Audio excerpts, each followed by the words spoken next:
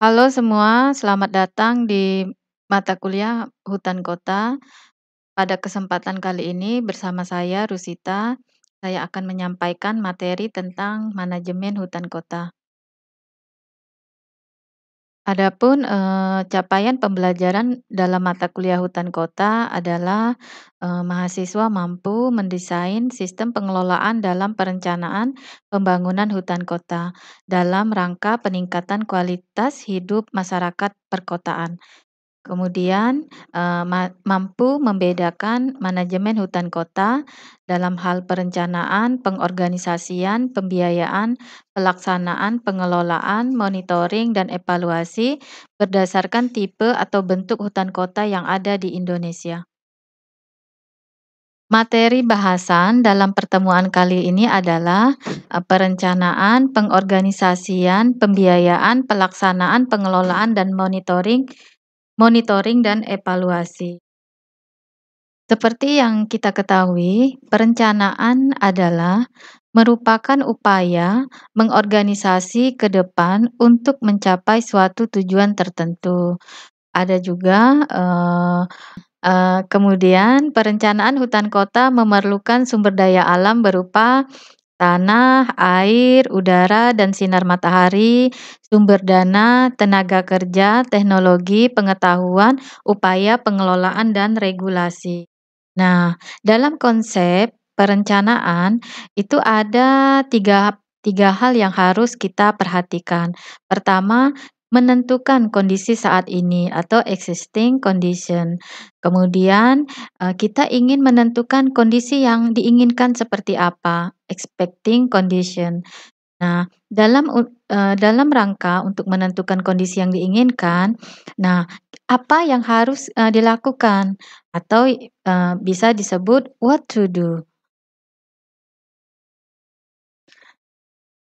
Hierarki, dalam perencanaan pengembangan hutan kota, biasanya terdiri dari perencanaan tingkat nasional pengembangan hutan kota, kemudian perencanaan pengembangan hutan kota berupa perencanaan kawasan potensial atau regional kota. Hierarki perencanaan pengembangan hutan kota berupa pertama perencanaan tingkat nasional, pengembangan hutan kota.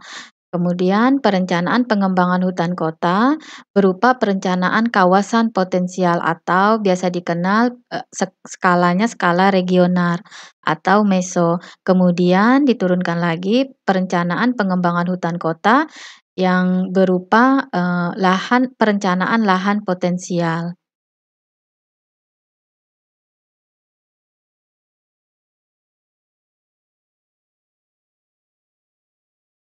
Nah, di sini hierarki perencanaan pengembangan hutan kota, misalkan contohnya macam perencanaan nasional pengembangan hutan kota, levelnya, nasional. Nah, ini landasan hukumnya Undang-Undang Nomor 24 Tahun 1992, kemudian Undang-Undang Nomor 5 Tahun 1995, kemudian Undang-Undang Nomor 23 Tahun 1997, Undang-Undang Nomor 41 Tahun 99, kemudian tujuannya berupa penetapan kebijakan, kemudian tren hutan kota saat ini, kemudian apa visi dan misi pengembangan hutan kota, kemudian menyusun strukturisasi kewilayahan, baru kemudian penetapan klasifikasi, kemudian baru penetapan pola pengembangan. Nah, skala peta bisa 1:1.000.000. Kemudian, perencanaan pengembangan hutan kota berupa perencanaan kawasan potensial. Levelnya itu regional kota. Nah, landasannya bisa RPP, Pedoman Pengelolaan dan Penataan Ruang Kawasan Perkotaan. Kemudian RPP pengembangan hutan kota. Ini bisa berupa SK gubernur atau wali kota atau bupati. Nah, tujuan dalam pengembangan hutan kota tingkat, regional ini pertama bisa berupa melakukan inventarisasi lahan potensial untuk hutan kota. Misalkan untuk sempadan pantai atau sungai, kemudian mangrove, rawa, hutan rakyat, hutan dengan tujuan tertentu, atau penetapan moda pemantauan, penelitian dan peningkatan hasil, penet penetapan pengelolaan dan kemudian penetapan pengelolaan. Nah, petanya bisa skala 1:50. Kemudian, perencanaan pengembangan hutan kota berupa perencanaan lahan potensial untuk hutan kota. Nah, landasannya bisa dari peraturan daerah provinsi atau kabupaten. Bentuk SK-nya bisa dari gubernur atau wali kota atau bupati. Tujuan penetapan pengelolaan skala peta 1:50. Perencanaan nasional untuk setiap kota harus berisi: 1. Kebijakan umum, kemudian struktur kewilayahan, kemudian struktur ketata ruangan di kota, metode dan teknik pengembangan hutan kota, kemudian kelembagaan dan stakeholder, baru pentahapan. Perencanaan pengembangan hutan kota berskala meso. Aspek yang dikaji dan direncanakan berupa kebijakan yang berisi strategi dan program, kemudian inventarisasi lahan, kemudian identifikasi dan analisis geobiofisik serta sosial ekonomi masyarakat, kemudian penetapan program strategis seperti analisis SWOT, ekonomi, lingkungan, dan sosial. Kemudian penyusunan penjadwalan dan pendanaan. Kemudian penatagunaan lahan untuk hutan kota. Nah, perencanaan pengembangan hutan kota untuk berskala meso bisa jika RT/RW/K sudah ada, maka perencanaan hanya bersifat penyempurnaan dari RT/RW/K. Kemudian bentuk hutan kota yang ditata jika sudah ada RT/RW/K berupa hutan kota untuk perbaikan iklim atau hutan kota untuk kepentingan perekayasaan atau hutan kota untuk kepentingan arsitektur, kemudian hutan kota untuk estetik.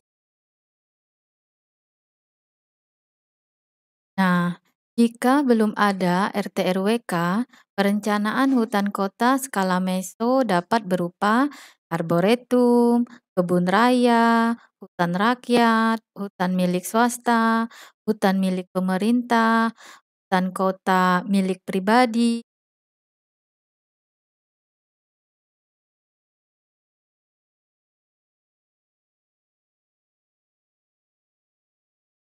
Dan perencanaan pengembangan hutan kota pada berbagai penggunaan lahan.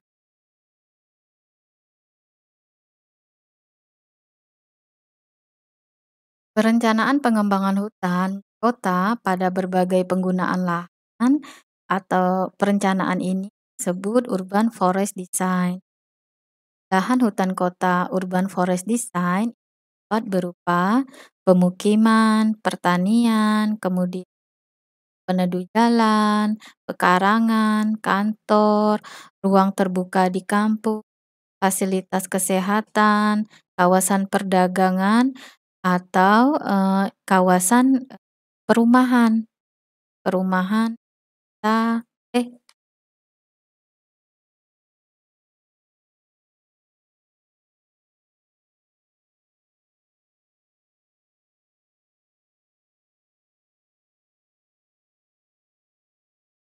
Adapun data yang diperlukan dalam membuat urban forest design yaitu pertama, tentukan luasnya berapa luas yang akan dibuat luas untuk perencanaan hutan kota. Kemudian posisi atau letaknya di mana, diperhatikan letaknya di mana. Kemudian dalam kepemilikan lahan. Nah, ini penting untuk ketahui karena mengantisipasi konflik ke depannya. Jadi kepemilikan lahan, pastikan dulu kepemilikan lahannya. Apakah milik pribadi atau milik pemerintah setempat atau, ga milik pemerintah pusat, seperti itu, atau milik swasta.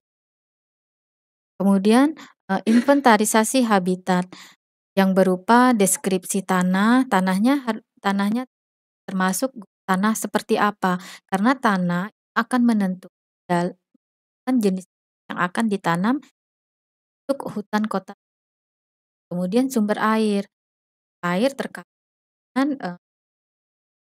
dengan pembangunan hutan kota berupa vegetasi berupa pohon atau tanaman-tanaman yang akan kita tanam. Kemudian arah angin dan sinar matahari, kondisi flora dan fauna. Kondisi flora dan fauna ini sangat penting karena jangan sampai dalam pembangunan hutan kota kita justru membuat fauna-fauna yang ada di sana kita menjadi hilang dengan pembangunan hutan kota.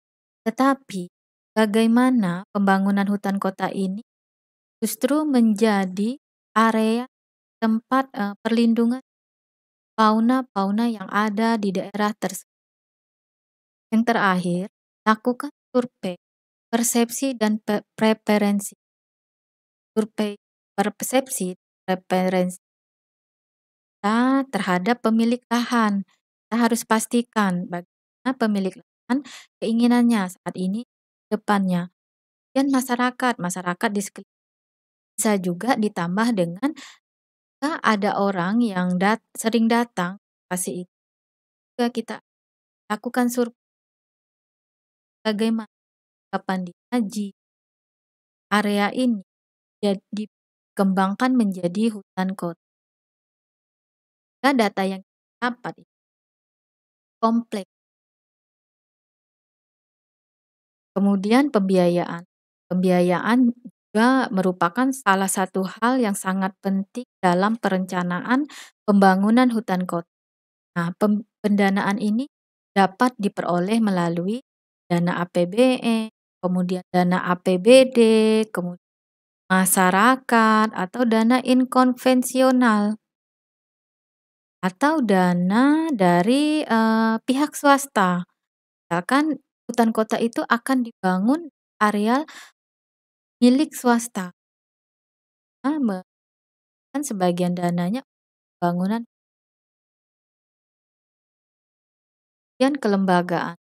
Kelembagaan bisa berupa kelembagaan pusat dari Kementerian Lingkungan Hidup, kemudian Departemen Dalam Negeri, Bappenas, kantor lingkungan atau Dinas Kehutanan Provinsi, Bapeda, Bapeldalda atau instansi.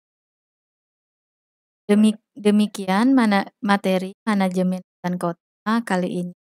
Dapat kita simpulkan bahwa dalam manajemen hutan kota itu terdiri dari perencanaan, kemudian pengorganisasian, kemudian pembiayaan, kemudian pelaksanaan, pengelolaan, dan terakhir monitoring dan evaluasi. Jika ada pertanyaan, bisa disampaikan melalui Siakadu, kelas, dan mungkin melalui email saya pribadi. Dan pertemuan kali ini dapat saya sampaikan, saya akhiri. Wassalamualaikum warahmatullahi wabarakatuh.